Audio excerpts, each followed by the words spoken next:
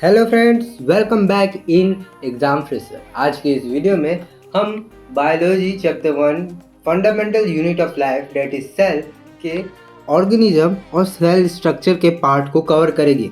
तो चलिए शुरू करते हैं अपने इस वीडियो को। तो सबसे पहले ऑर्गेनिजम्स को हम दो कैटेगरीज में बांट सकते हैं according to their type of cell.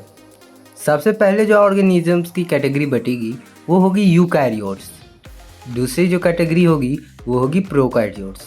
अब यूकैरियोट्स और प्रोकैरियोट्स की डेफिनेशन को देखें तो हमें ये पता चलता है कि eukaryotes are those organism who are made of eukaryotic cells, while the prokaryotes are those organisms who are made up of prokaryotic cell। यानी यूकैरियोट्स वो ऑर्गेनिजम्स है जो यूकैरियोटिक सेल के बने हैं और प्रोकैरियोट्स वो सेल है जो प्रोकैरियोटिक सेल के बने हुए होते हैं।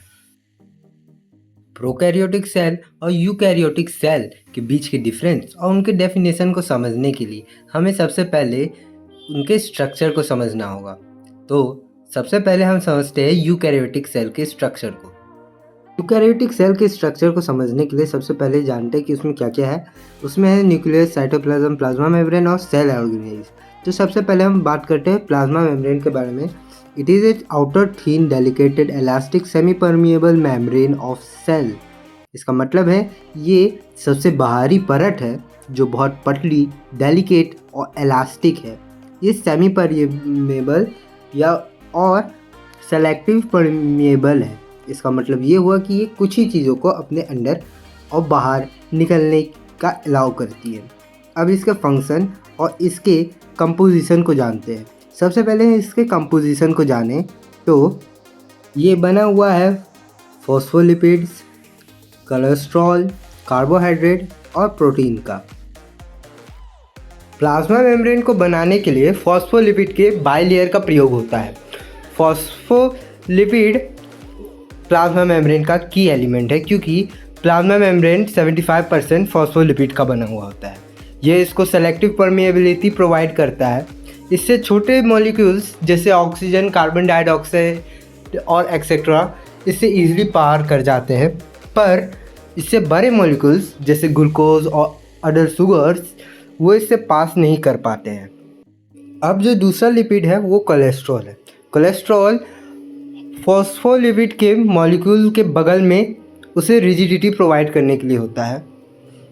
वो प्रोटीन जो प्लाज्मा मेम्ब्रेन के अंदर से एक चैनल बनाते हैं उन्हें कहते हैं इंटीग्रल प्रोटीन।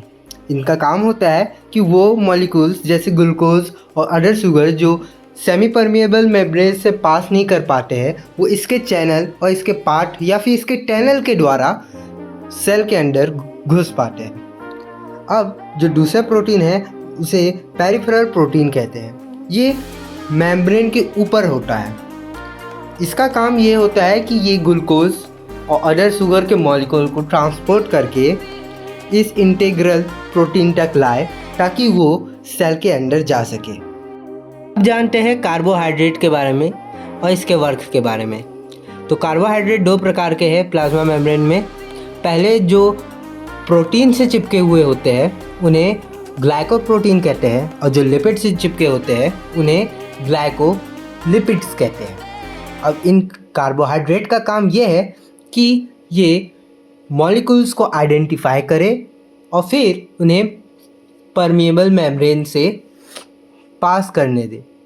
इसी के साथ हमने प्लाज्मा मेम्ब्रेन या फिर सेल मेम्ब्रेन के कंपोजिशन और उसके फंक्शनिंग को जान लिया है। इसी के साथ प्लाज्मा मेम्ब्रेन के सारे टॉपिक्स को हमने कवर कर लिया है। अगले वीडियो में हम साइटोप्लाज्म, न्यूक्लियस के टॉपिक्स को कवर करेंगे। अगर ये वीडियो अच्छा लगा है तो लाइक से subscribe and thank you for watching.